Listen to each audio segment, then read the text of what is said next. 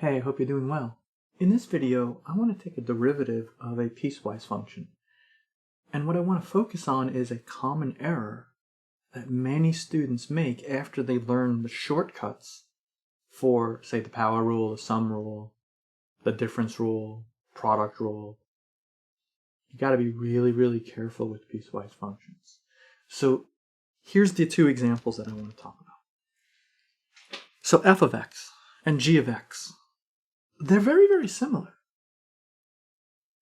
And once students learn the power rule, they automatically write down something very common for f of x and g of x. Well, I should say f prime and g prime. What they do is they just write down the derivative of 2x squared plus 3. They write down the derivative of 4x plus 1. And then they continue to write down the conditions. Well, if you look at what g and f, how they differ, well, let's see if I can do this right. They wind up getting the same exact derivatives. And here's the issue. It's really subtle. This one's actually correct, but this one is wrong. So what happened here? Well, did I take derivatives of each of these pieces wrong? Oh, I almost did here, my bad. But it is 4x there. The key thing, it comes down to looking at this particular thing for this problem. The right answer for this is x is less than 1. Why is that the case? So here is a quick reason why I cannot include 1 in here. I'm going to leave it up to you to determine why you can leave x equals 1 in this particular problem. So g of x. I want to talk about the continuity. At x equals 1. This is a differentiation problem. So why should I be concerned with continuity? Well, if it's not continuous, if the function is not continuous at a specific point, then it can't be differentiable there.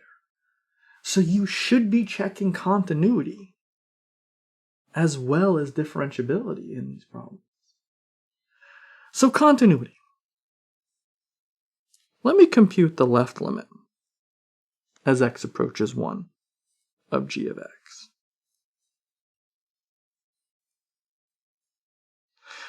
Left limit, that's going to be this particular rule, 2x squared plus 3. Now, what do you know about this? This is a polynomial. Therefore, that particular function, I'm not talking about g, I have a new problem here. That is continuous, so therefore I can replace x with 1. The limit is equal to its functional value. So I wind up getting an answer of 5. But the right-hand limit, I already gave it away by saying but the right-hand limit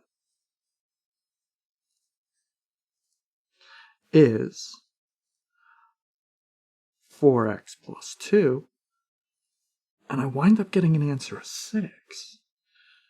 And 5 doesn't equal 6. So therefore g is not continuous.